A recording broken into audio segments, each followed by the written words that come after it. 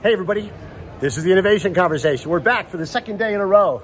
I'm Kevin Coop. And I'm Tom Furphy. And we're still at Grocery Shop. And now we've had a chance to spend more time looking around. And let me give you my first impressions, Sure. Okay, which is that I walk around and there's a lot of stuff here, obviously. And it's all really, really interesting. But I'm not a tech guy. I just play one on the internet. You're a tech advocate. So I'm a little overwhelmed. So I find myself wandering around thinking to myself, okay, as a shopper, how would this affect me? How are these technologies going to affect me? And one of the things I noticed is as you're talking to a lot of the companies, they're very operations focused, right? And they mention the customer, but that doesn't seem to be top of mind. But I'm curious. So you're here and you're talking. I'm looking around. I have my role, but part of your role here is you're actually selling, right? You've got replenishment, and you're talking to retailers. Yeah. When you sit down with a retailer, are they thinking? Are they thinking operationally? Are they thinking about the shopper? Does that tend to be? Are they putting how it's going to affect the shopper top of mind? That's a great question, and I'm not sure that we're widely seeing, them, come into a meeting and, pound on the table and say, my customer needs X, my customer needs Y. I think we are seeing them, absolutely, articulating that. I've been in e-commerce for a period of time now. It's a meaningful part of my business. I don't really want to think about e-commerce separately from store commerce, right? So it is really more about... So this whole unified commerce thing is taking hold? I think it is. I think it is, yeah. You definitely see, less, people that their role is specific to e-commerce. You definitely have some of that, but, we see lots of retailers who have, broadly, much of their executive team here, right? And so they're thinking about serving the customer and thinking about bringing these capabilities together. So yeah, I think we're definitely seeing that. I've been in e-commerce. Now I need to get more out of it. Right. I need it to be to provide a more meaningful role, for me as a retailer in growing my profitability. Yeah. Or even finding the profitability of e-commerce. And then ultimately, using these capabilities, to serve the customer. Yeah. It's interesting. So one of the companies that I found and I'm very transparently, I was walking around, I bumped into Gary Hawkins, and I said to Gary, I told him exactly pretty much what I just told you about being overwhelmed and who's thinking about the customer. And the company he referred to me to was a company called Birdseye. And what they are doing is fascinating to me, which is that they have basically created a platform, a package, whatever, I don't know what you'd want to call it, where the retailers who are using it are able to drill down into their data. Let me start again. Say they basically, how most retailers are sending out, they're sending out 100 promotions a week, right?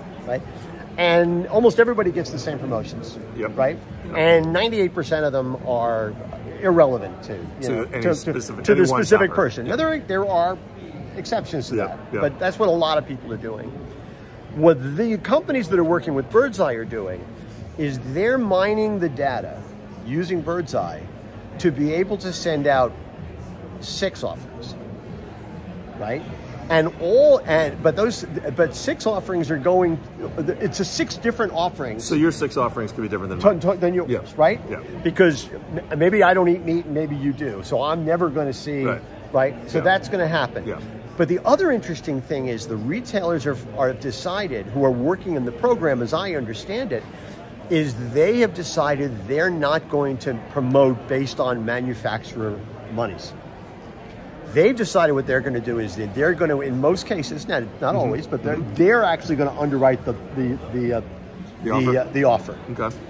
And in doing so, yes, it costs them X number of dollars, but it's been proven with the retailers who work with it that their ROI is 10 times that. Right. So the quality of the offer so the conversion on the offer is high, right.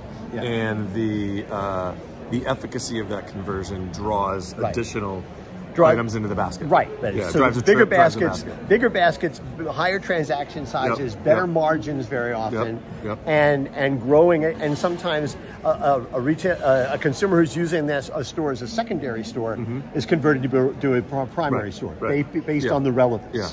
And usage only grows because once you say, oh, wait a minute, every week I'm getting 6 items and they're all always relevant to me, you're always going to click on it. You're always clicking, you're always waiting for those items. Yeah, right? Because it's going to be relevant. Yeah. And to me, that is a perfect example of saying, of a technology package that seems to have the consumer in mind. Yeah. I see that as a shopper, I say, oh yeah, I want my retailer to have that. It uses data in a valuable way to serve the shopper. Right.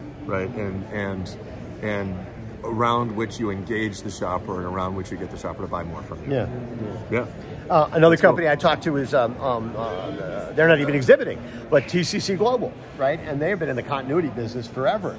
But now the technology has gotten to the point where they are being able to target customers using data with higher value offerings that are more relevant to how people shop, and therefore get people to buy into these continuity programs that are much more relevant to them, and able again to generate more return to the store on a regular basis. The continuity program being like a retailer's loyalty program. Yes, I mean in the old days they were cheap plates, but now but now they're things that people actually want or need. Yeah, and that's especially interesting at a time when the economy is shaking. People are looking for value. People looking back. So, oh man, I can get that. That's a really, really good idea. And to me, in both of those cases, it's not. It's kind of what you were just talking about. It's not just unique to e-commerce, or it's not just unique to the store experience. It actually serves as the complete experience. Yeah. And are you finding in your conversations, again from the other side, that that's what people are looking for? People are looking for that bridge between the store and e-commerce. I think they're looking for the bridge. I think what they're absolutely looking for and are drawn to is actual case study. Right. And it's not that nobody wants to go first; they want to follow. I mean, that is part of it, but but it's just the way it is. But having case studies to be able to say, here is the actual performance that we've seen in market. Right. Here's what it means, to household, shopping rates. Here's what it means to overall household value. Right. Here's what it translates to in margin mix. Kind of customer retention. Those kinds of things. Seeing the data, I think, has really been a big unlock for us. And then when you're able to couple that data, and our one company, Replenium, was here presenting at the Microsoft booth, which is great because we're a Microsoft partner.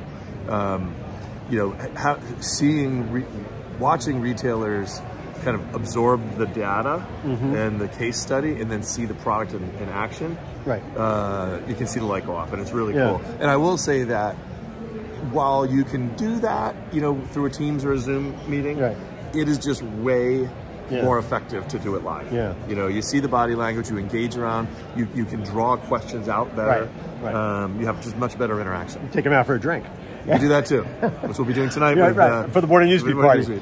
But it's, and again, not to do a commercial for Replenium, but again, one of the things that I've always thought was kind of unique was that in addition to doing auto replenishment through things that people are ordering online, there's the technology makes it available that if I'm walking the store, I see a product, you're able to connect me into the system and do auto replen on products that I'm seeing in the store, which is something to this point that even Amazon has not done. And they've got Subscribe and Save. They've got physical stores at Whole Foods, and at this point, they've never crossed paths. No, Amazon has just announced their unified cart, right? That was part of the grocery announcement that they had, I don't know, a month ago now, or a month and a half ago. And it's where you'll have one cart that recognizes your shopping across Amazon.com, Amazon Fresh, and then ultimately, Whole Foods would be part of that as well. But it's still more aspirational than anything for Amazon. They have not launched this yet, and they certainly haven't integrated Subscribe and Save into it. So from the Replenium standpoint, there is an opportunity for retailers to get a pretty interesting kind of early mover advantage on that to do that. And I mean, you can with Replenium, you can be shopping in the store, you can pick up items off the shelf, and when you pick them off the shelf, you can put them into your auto replen, and then they're there. They're there for the future. Or if you have an item on auto replen, and you have replens ready to come up, if you want to grab them from the store today, grab them from the store, and it'll come off. And so the platform is not partial to how you want to shop. Yeah. It's interesting. One of the things we've said all the time on Morning Newsbeat, right, is everybody has data. In fact, everybody has actionable data, but not everybody's acting on it. And it's even in this case, even Amazon. Yeah. And so one of the most important things that companies can do is figure out how to make that leap, right? I mean, I met up with a company called InvaFresh, and they're taking perimeter data and doing it in such a way that they make sure to have they're able to analyze it to allow perimeter departments to have the right product out there at the right time, amounts of it. and the right amounts of it. There's no waste. And they said something really interesting to me, which is, to this time, Fred the grocer, who's been working there for 40 years, Fred says, I don't need technology to tell me what to have, but Fred's retiring. Totally. Right? So the next generation is coming along, and they don't have that seat of the pants experience necessarily. Right. So having these technological aids, again, having actionable data and being able to use it is really, really important. We all know how challenging, hiring and retaining labor is, right? You still can do everything you can do to hire and retain the best. But yeah, in categories like this where expertise and experience is so important, having that technology to be able to support you. I just got out of a Microsoft kind of a private session that we had upstairs, and it was focused on AI and generative AI in retail and kind of next gen use cases. But so much of the use cases, which is awesome, is helping humans in their jobs, right? It's using data to more to make it easier on humans, to make humans feel good that they're doing the right things, and then ultimately delivering a better experience for customers. Well, and I said to InvaFresh, I said, listen, and to me, that's your pitch to retailers, right? Your butcher of 40 years is retiring. His replacement doesn't know nearly as much, but we can help him do that. Absolutely. And that's a really, again. And it's a person that's of the generation that they're used to using information. So it's a natural for them. They're not spooked by AI or ChatGPT. They like it. Absolutely. Anyway, well, it's been a really interesting day. This is always a fascinating conference. Thank you for being here. Great to see you live. Great to be here live. As always. That's it for this innovation conversation, and we'll see you next time, everybody. Thanks, everyone.